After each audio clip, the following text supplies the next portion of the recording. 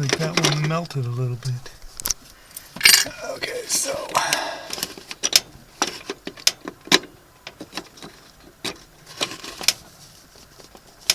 yeah, clearly PLA didn't work. Get that spring off there.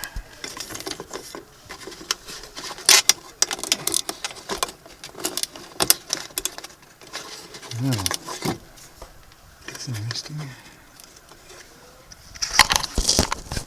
Let's see if I can do this one-handed.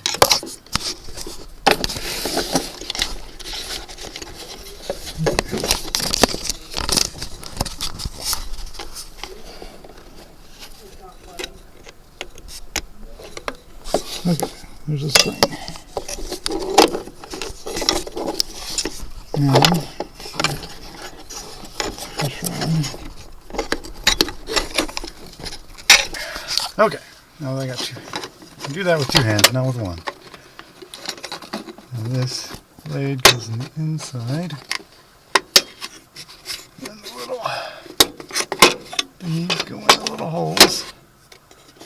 There we go. Oh boy, that was a pain in the ass. Should close, stay closed, open, stay open.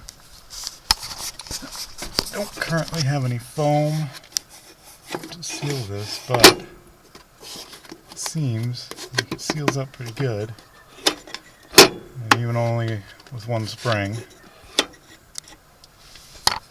can see my headlight up there. It'd be nice in the summertime, but boy, it's nice to not be blasted with cold air in the wintertime. Looks like this PLA piece shrank in size slightly, but vertically it got taller.